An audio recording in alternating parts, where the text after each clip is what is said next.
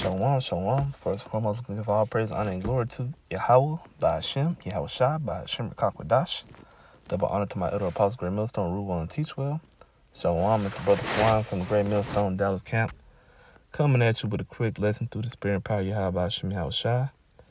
I wanted to do a little quick lesson, man. Probably going to make a series out of this called Back to the Basics, where I'm going to cover, Lord willing, this becomes a series, was recently put on my spirit to do something like this, and I got some other things to get involved with. We know, back to my lessons, man, in my daily routine, weekly routine, and get back my channel pumping how it should,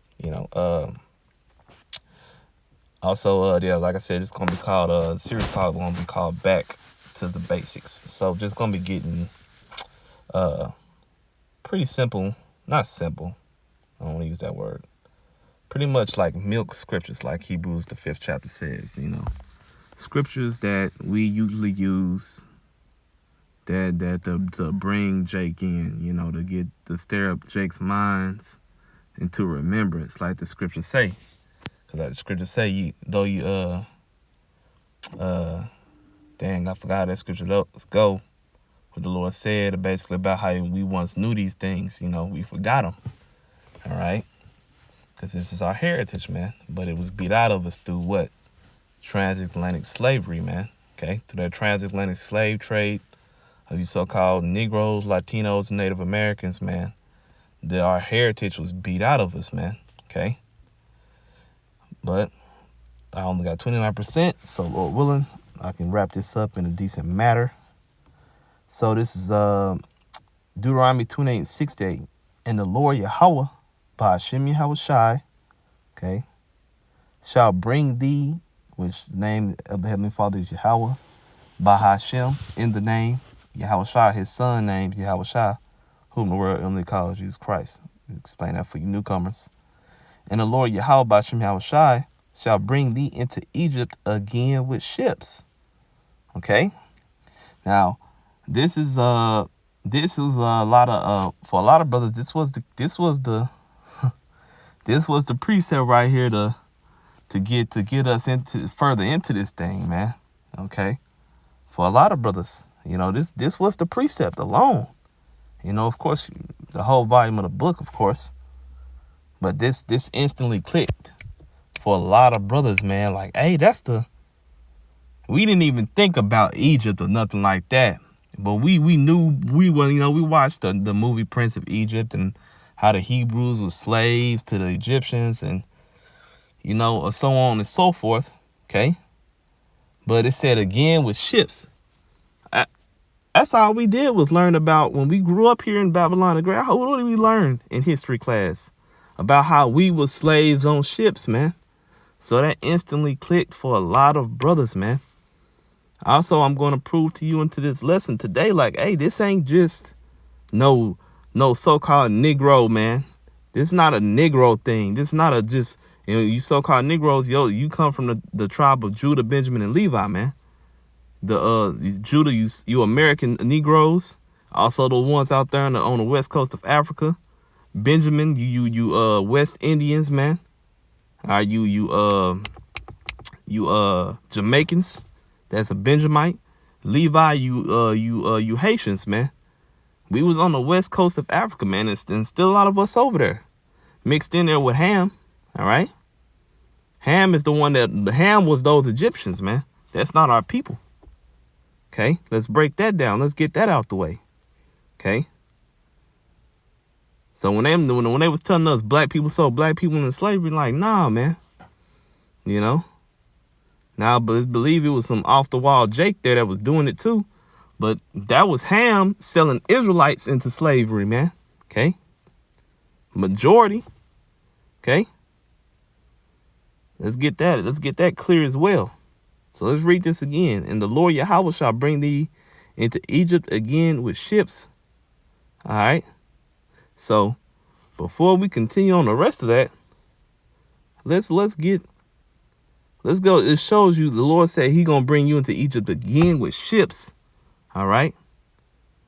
Now, that it does not take a ship to get from Israel to Egypt, all right? Or the capital of Egypt to the capital of Israel, which is Jerusalem, all right? So this is answers.com, okay? And of course, this isn't the only source, but I like the way it was broke down here, all right? Whoever posted this, okay? This is answer.com. This is the best answer on this website concerning this question. How long would it take, which we already knew, but, you know, just for the visual, how long would it take to walk from Egypt to Jerusalem? All right. Syrio, Lord, I'm saying that right, to Jerusalem. All right. That's the capital of Egypt to the capital of Israel. All right.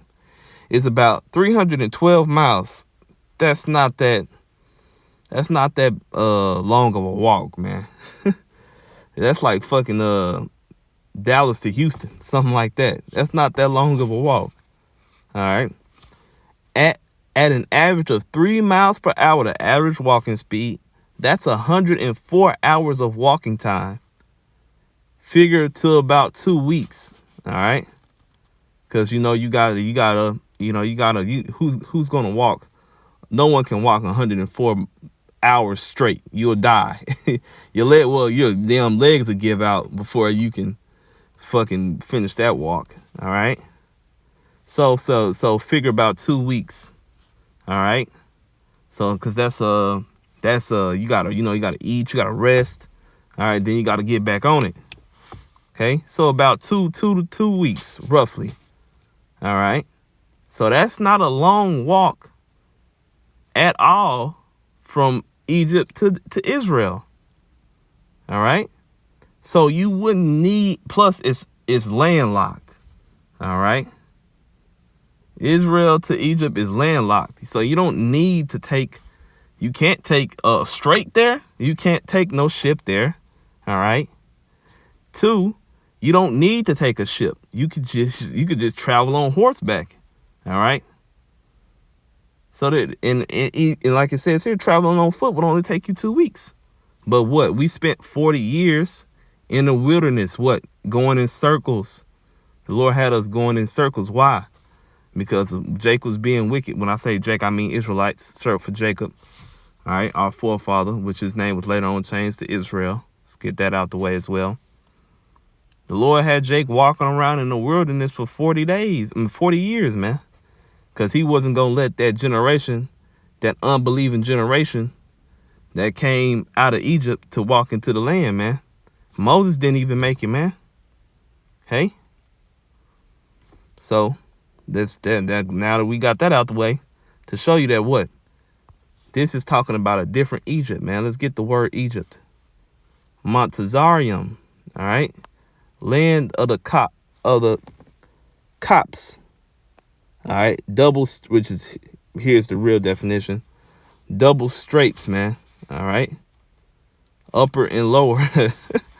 So, hell from above, hell from beneath.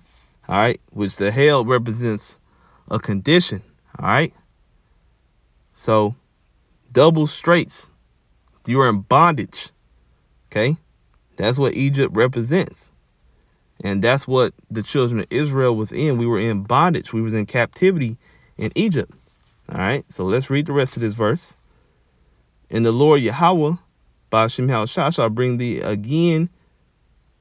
into Egypt again with ships by the way whereof I spake unto thee. Thou shalt see it no more again. All right. What is the Lord talking about? Shall see what no more again? He's talking about the land of Israel, man. Okay. The Lord is talking about the land of Israel. Now, does the Lord mean that he wasn't going to let us ever back in it? No. Okay. Because we're going to read to show you that the Lord was going to bring us back into our land, man. This is spiritual Egypt the Lord is talking about. That's talked about in Revelation, the 11th chapter. This is not talking about physical Egypt over there in the land of Ham, which is Africa today. All right. We're not talking about the Egypt there. This is a spiritual Egypt the Lord is talking about. Thou shalt see it no more again, that it is talking about the land of Israel. And there you shall be sold unto your enemies, the heathen. All right. every nation that's not the an Israelite, for bond men and bond women, and no man shall buy you. Okay, so no man shall what? No man shall redeem you. All right. No one's going to redeem you out of your captivity, man. No heathen is going to save you out of this captivity, because the Lord is going to do the saving. Let's get the further proof that this is talking about Israel. Let's get Jeremiah 50 and 33 to further prove why this is Egypt all over again here in Babylon the Great, aka America. Because when the kingdom was rent after Solomon had passed, Judah stayed in Judah, in Judea, well, not Judea, but in the land of Judah. All right, same thing actually.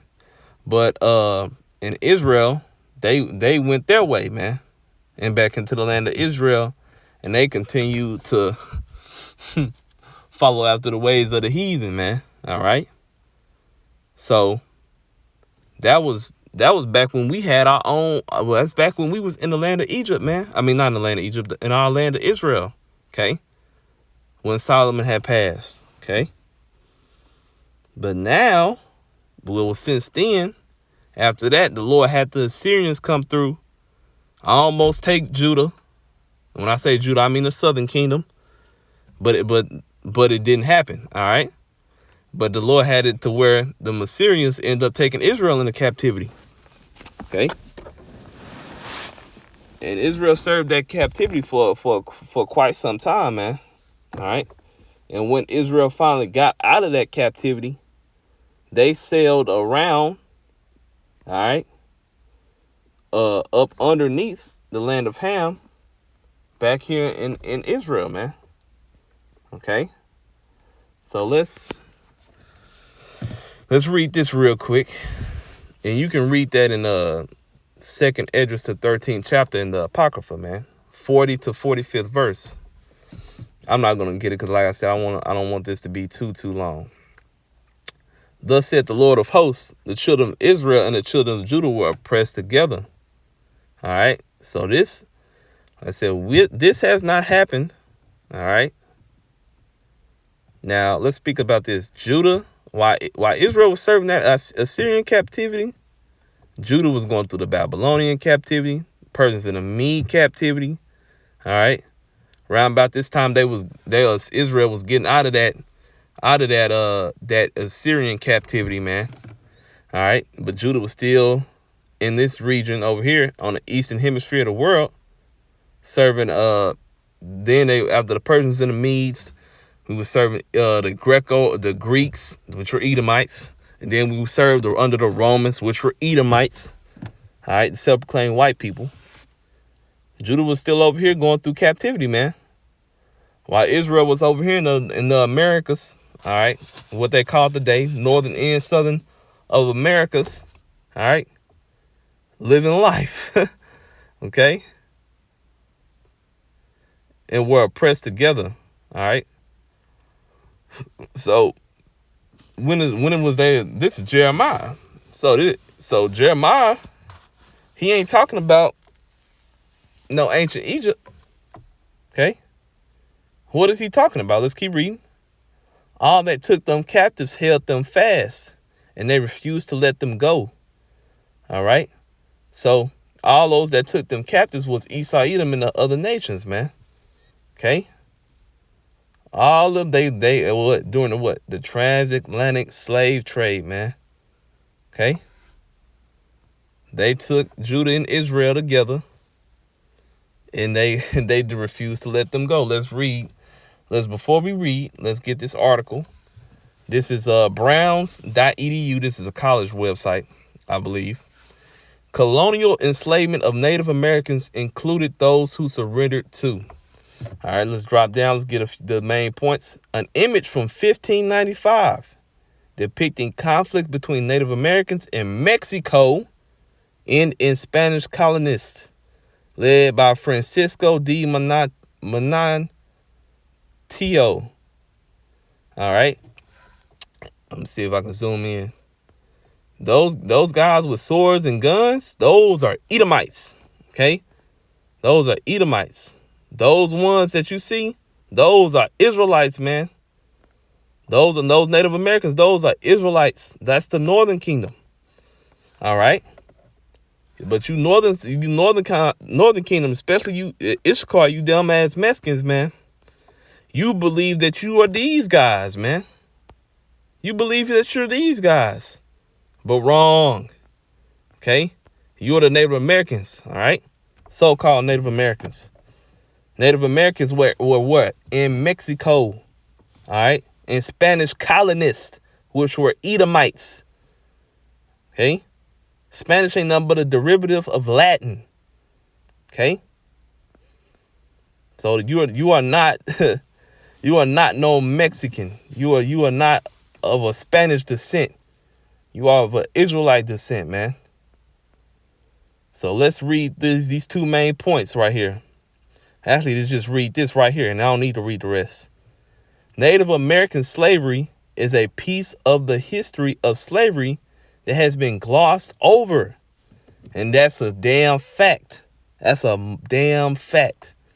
Because like I said earlier, like you so-called Negroes, because I'm of that tribe, Judah, Negro in America. That's what, when we was learning that in school, they only talked about us. They didn't talk about the Northern Kingdom like that, man. Really at all. I can't remember a time where, well, I lied, because, you know, they talked about Santa Anna, because he, that famous fucking Spanish-speaking Edomite, all right? They touched on him a little bit, and that was it. In the Alamo, that's it. And painted to where Jake, that killed all them crackers in the Alamo, was painted Jake as bad guys that came and killed them crackers, man. Okay?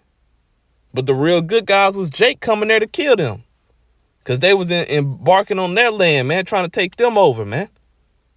Anyway, let's get this paragraph right here. Native American slavery is a piece of the history of slavery that has been glossed over. Fisher said between 1492, all right, and the 1880s, between 2 to 5.5 million Native Americans were enslaved in Americas, in addition to 12.5 million African slaves. All Hebrew slaves, man. All Hebrew slaves. All right. This is a story talked about y'all, man. Us. Okay. Jeremiah 50 and 34. Let's get that word by, and let's see if I can pull it up here in the blue letter. 28 and 68. The linear concordance. Shabai. Quana'a. So let's see. Quana, Slakia. To acquire, create by process of God or originating, creating, redeeming his people. Okay, so let's go back here to the website that I love to use that the brother made. Thus said the Lord of hosts. Oh, no, not verse 34.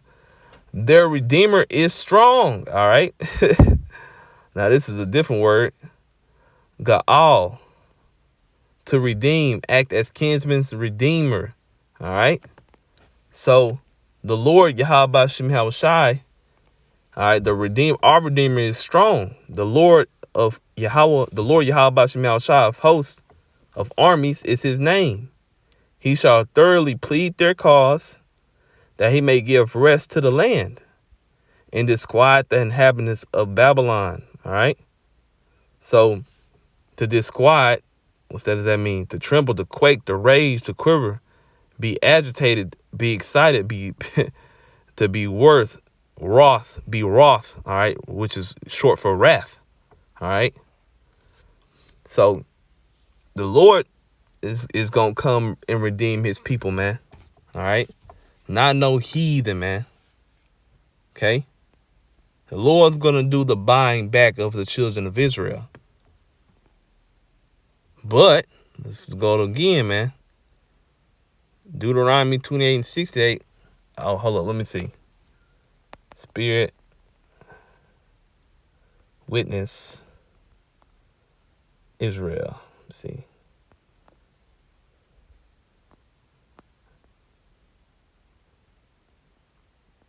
Hold up.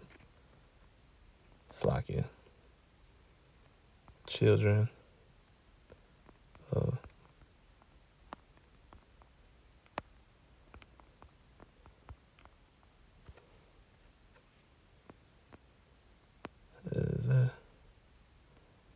damn. I can't. Nah. Damn, I can't remember how it goes, but the scriptures say our spirit bears witness that we are the children of the Most High, man, or God. Okay. But what we just went through in these 20 some odd minutes to show you that Deuteronomy 28:68 is talking about you so-called Negroes, Latinos, and Native Americans, man. Okay. It's not talking about any other people on the earth. That it doesn't, let's go through the checklist and I'm gonna end it out. Okay. 1, it doesn't take ships to walk to Egypt, from Israel to Egypt. All you got to do is walk, and that's about 2 to 3 weeks. All right. That's a check 1. Check 2. The children of Israel. All right. Well, what did it say in that verse? Let's go back.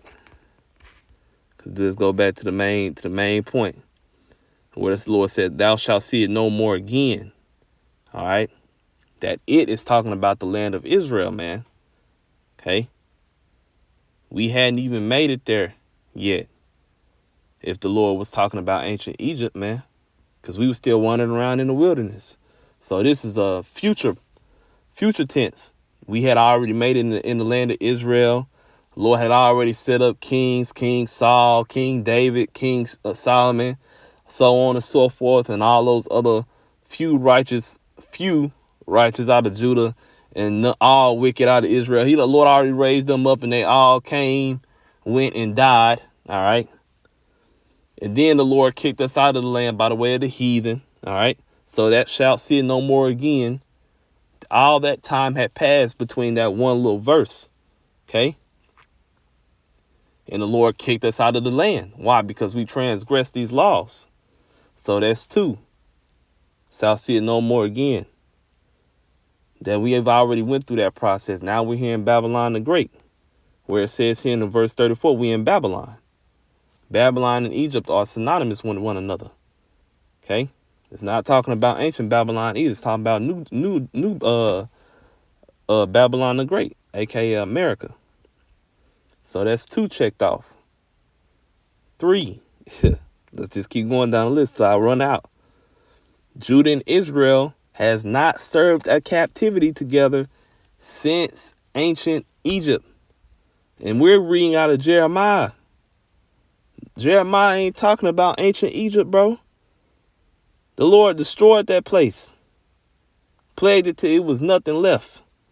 Destroyed the economy, the army, and the king, man. So the Lord ain't talking about ancient Egypt.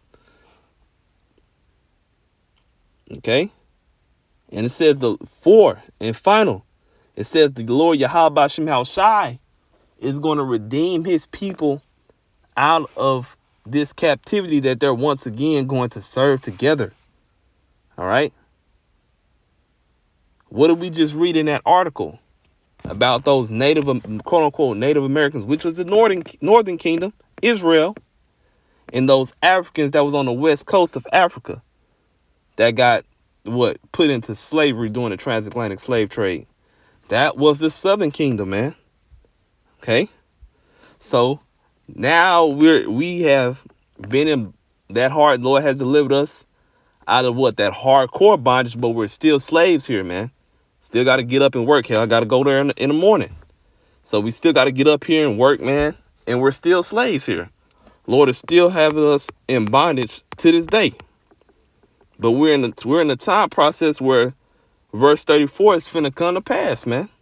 The Lord is finna redeem his people out of the land of Egypt, man. Once again. All right. That's why the Lord said in 2nd Esdras 15, man. I'm gonna bring the plagues of Egypt back to Egypt as before, man. Okay, this is new Egypt. But we could keep going on and bring so many other precepts to back it up. But like I said, I wanted it to be quick. It ended up being like 20, 30 minutes. But Lord willing, that was edifying with that. I'm giving all praise, honor, and glory to Yahweh Shai. Shalom. On to the next one.